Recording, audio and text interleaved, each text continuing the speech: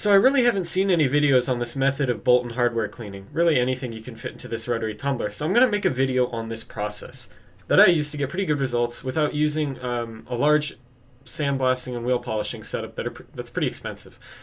This process can remove paint, oils and grease, rust, and other corrosion. All in all, this equipment costs around $150, but if you want to take it to the next step that includes polishing, that's going to be about another 100. So this process uses a rotary tumbler with these stainless steel pins and some common chemicals to take a bolt from rusty and pitted to something like this. Of course, the polishing will be detailed later. This rotary tumbler costs around $100, and you can find its bigger brother for about $30 more. Both work. For a tub this size, it'll take at least 1 pound, but preferably 2 pounds of stainless steel pins. Depending on what kind of stuff you're going to be putting in here, it varies, so use your judgment. These pins cost a bit less than $10 a pound. The rotary tumbling makes use of the solution I've thought up using a handful, which is about a tablespoon, of citric acid, which I found pretty pure in this easy-to-acquire form as Lemmy Shine Dish Detergent Booster. This can be found for about $9 a bottle. This stuff will last you a very long time. The other part is about 1 cup of this Zep industrial strength degreaser that I bought at Home Depot for about $50 for 5 gallons, but you can find it on Amazon for $60. This stuff is very strong, and if you leave your hands in contact with it for extended periods of time, it will start to eat away at your skin, so make sure to wear rubber gloves. Now this mixture works by having the degreaser take away the oils covering the rust, and the citric acid, being an acid, will remove the rust, all while having the pins work to scrape it off, as the chemicals are nowhere near strong enough to do it themselves. Those who know chemistry to an extent will know that bases remove oils and acids remove rust, but generally they cannot be combined because they will neutralize each other one way or another. For some odd reason, this solution doesn't do that, and I don't know why, but it works, so I'm not going to worry about it too much. The next step, once having added the chemicals and your bolts, is to fill the tub up, most of the way but leaving some room to the top with preferably, although not necessary, hot water.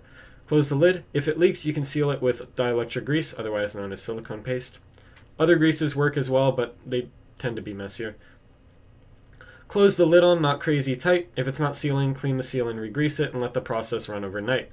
In the morning, you'll be greeted by some pretty clean bolts. The next step is to separate them from the pins. I use so with this strainer. No, it's not necessary. You could use a magnet or pick them out by hand. Once separated from the pins, you could use a towel to dry them, or, like I mentioned, if doing so in bulk, you could use something like this air dry that is normally used for brass casings. It's pretty important to dry them as soon as possible because they will start to rust quickly. These two aren't included in the mentioned cost because they're really not necessary. Now, the polishing process involves using this compound I found on Amazon. It's the kind of stuff you put on a buffing wheel for polishing, and I used a knife to cut off about a ½ inch chunk in slivers, and I put that into this walnut media for this vibratory tumbler. As you can see, there's a big chunk that hasn't quite mixed in yet, and that's because it takes a pretty long time to mix in and coat the walnut media. So the first time I did this, I left it on for a few hours with no bolts in it, and as it runs, it'll mix in, but eventually it was taking so long, I just tossed the bolts in as well. I got it to a finish that I think is pretty good. It's nothing like ARP stainless steel fasteners, but when you compare it to what it was before, it's pretty good. I mean, these guys were covered in grease, but even without that, they look pretty dingy and sad. I left it on for about 2 days, and it is pretty noisy, as you would expect, so it's best to keep this outside or in a garage.